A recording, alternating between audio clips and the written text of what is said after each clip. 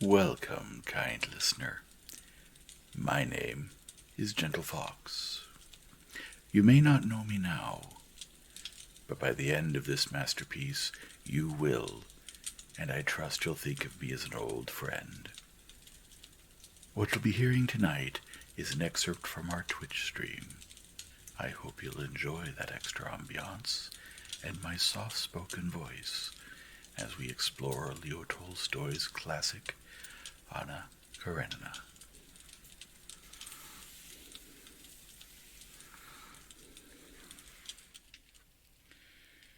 Chapter 17.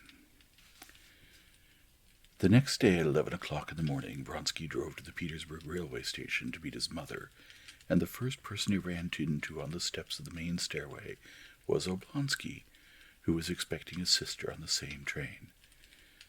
"Ah, Your Highness!" cried Oblonsky. "Here for someone?" "My mother," Vronsky replied, shaking his hand and smiling, as did everyone who met Oblonsky, and they went up the stairway together. "She arrives today from Petersburg." "And I waited for you till 2 o'clock. Where did you go from the Shtcherbatskys'?" "Home," replied Vronsky. "I confess I felt so pleasant last night after the Shtcherbatskys' that I didn't want to go anywhere." "Bold steeds I can tell by their something or other thighs, and young men in love by the look in their eyes," declaimed Stepan Arkadyevitch, exactly as he had done to Levin. Vronsky smiled with a look that said he did not deny it, but at once changed the subject. "And whom are you meeting?" he asked. "I? A pretty woman," said Oblonsky. "Really?" "On y soit qui mal y pense. My sister Anna." "Oh, you mean Karenina," said Vronsky. "I suppose you know her." "I think I do. Or else... no, I really can't remember," Vronsky replied absent-mindedly, vaguely picturing to himself at the name Karenina something standoffish and dull. "But surely you know Alexey Alexandrovitch, my famous brother-in-law. The whole world knows him." "That is, I know him by sight and by reputation. I know he's intelligent, educated, something to do with religion. But you know, it's not in my line," Vronsky added in English. "Yes, he's a very remarkable man. A bit conservative, but a nice man," observed Stepan Arkadyevitch. "A nice man." "Well, so much the better for him," said Vronsky, smiling. "Ah, you're here." He turned to his mother's tall old footman, who was standing by the door. "Come inside." Vronsky had recently felt himself attached to Stepan Arkadyevitch, apart from his general agreeableness for everyone, by the fact that in his imagination he was connected with Kitty. "Well then, shall we have a dinner for the diva on Sunday?" he said to him, smiling and taking his arm. "Absolutely. I'll take up a collection. Did you meet my friend Levin last night?" asked Stepan Arkadyevitch. "Of course, but he left very early." "He's a nice fellow," Oblonsky went on. "Isn't he?" "I don't know why it is," answered Vronsky, "but all Muscovites, naturally excluding those I'm talking with," he added jokingly, "have something edgy about them. They keep rearing up for some reason, getting angry, as if they want to make you feel something." "There is that. It's true. There is," Stepan Arkadyevitch said, laughing merrily. "Soon now?" Vronsky asked an attendant. "The train's pulling in," the attendant answered. The approach of the train was made more and more evident by the preparatory movements in the station, the running of attendants, the appearance of gendarmes and porters, and the arrival of those coming to meet the train.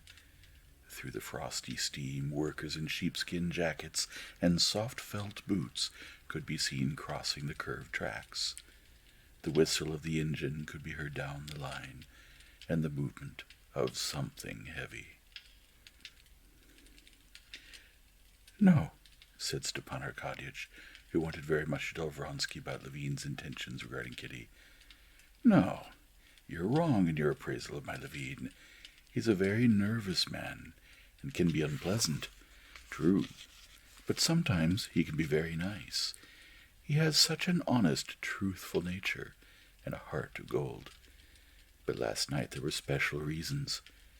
Stepan Arkadyevitch went on with a meaningful smile, getting completely the sincere empathy he had felt for his friend yesterday, and now feeling the same way for Vronsky.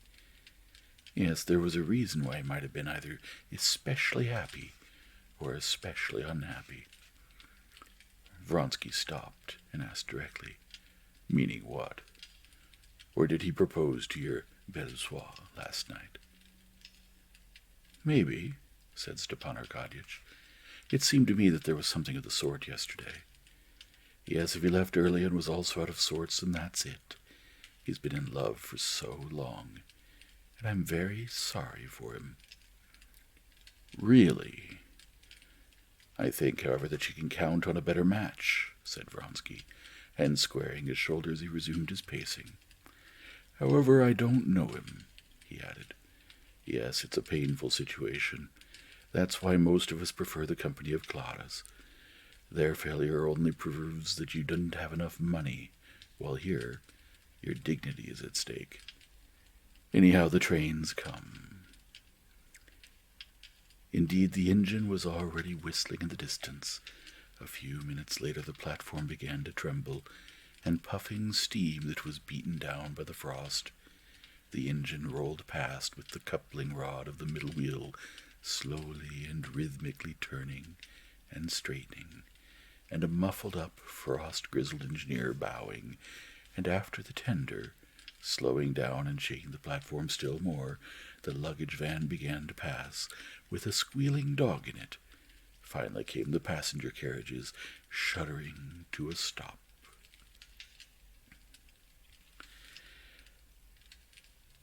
A dashing conductor jumped off, blowing his whistle, and after him the impatient passengers began to step down one by one, an officer of the guards keeping himself straight and looking sternly around, a fidgety little merchant with a bag, smiling merrily, a muzhik with a sack over his shoulder.